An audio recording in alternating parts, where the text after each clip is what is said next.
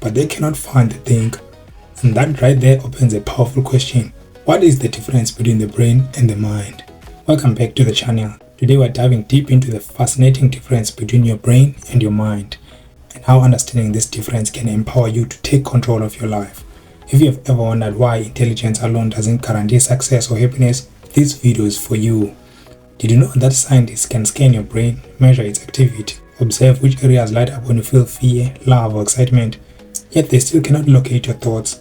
They can detect electrical signals, they can observe chemical reactions, they can even predict certain behavioral patterns, but they cannot find the thing. And that right there opens a powerful question. What is the difference between the brain and the mind? Most people use these words interchangeably.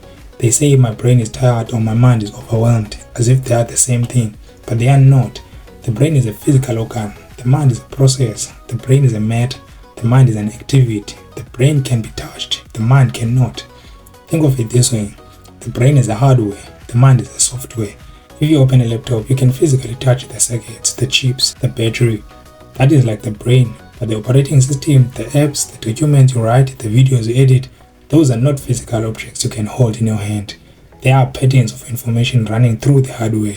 This is closer to what the mind is. Your brain weighs about 1.3 to 1.4 kilograms. It is made of neurons, synapses, chemicals, and electrical impulses. It operates according to biological laws. If you damage a certain part of the brain, specific functions are affected, memory can change, personality can shift, motor skills can weaken. This tells us something important. The brain is the instrument. But here's the deeper part. The mind is what uses the instrument.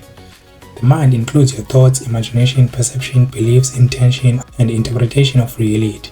When two people experience the same event but walk away with completely different meanings, that difference is not in the brain's structure, it is in the mind's interpretation.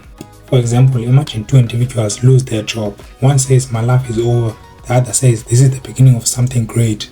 Same event, different mental processing. The brain may be firing neurons in both individuals, but the meaning constructed is entirely different. Meaning is mental, not mechanical. This is where things become powerful. The brain reacts automatically to stimuli. If you touch something hot, your brain triggers a reflex before you consciously decide to move. This is biological survival programming, but the mind can override impulses. The mind can say, "Yes, I feel fear, but I will act anyway." The mind can delay gratification. The mind can choose a long-term goal over a short-term pleasure. If the brain was the only authority, habits would be impossible to break. Because the brain is wired for efficiency, it loves repetition. It creates neural pathways for whatever you repeat most often. Smoke daily and the pathway becomes stronger. Scroll endlessly and the pathways become stronger.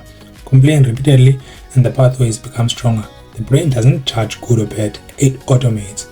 But the mind can observe those patterns and decide to change them. You can literally watch your own thoughts. That ability alone proves something extraordinary. If you can observe a thought, then you are not the thought.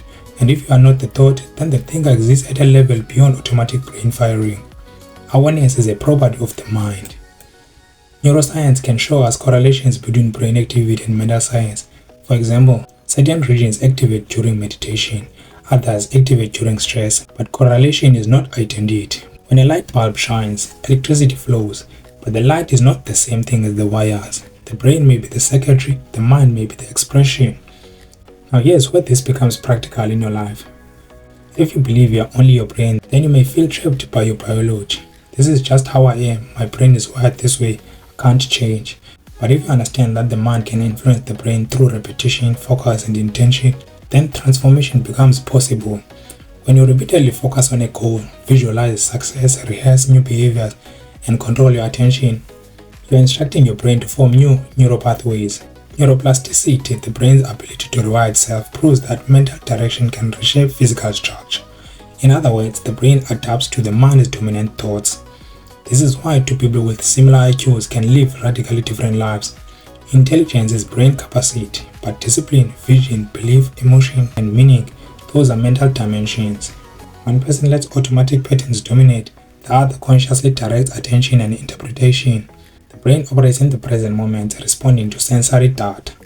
The mind can travel in time. Right now, without moving your body, you can revisit a memory from 10 years ago. You can imagine yourself 5 years in the future. You can simulate conversations that have not yet happened yet. No physical movement required. That stimulation is mental activity. The brain processes signals, the mind constructs a reality. So when someone says change your mindset, they are not telling you to physically swap your brain. They are telling you to alter the patterns of attention, interpretation and repetition that eventually reshape the brain itself. The brain is the vehicle, the mind is the driver. And here's the important conclusion. You may not control every automatic reaction your brain produces, but you can train your mind to respond differently over time. And when the mind repeatedly chooses differently, the brain eventually follows. That is the difference. One is structure, the other is direction. One is biology, the other is awareness. And when you truly understand that distinction, you stop feeling like a victim in your life and you start realizing that you are the builder of it. If you found this discussion insightful, don't forget to hit that like button, subscribe to the channel, and turn on notifications so you never miss an upload. Share your thoughts in the comments below. I would love to hear how you train your mind to shape your reality.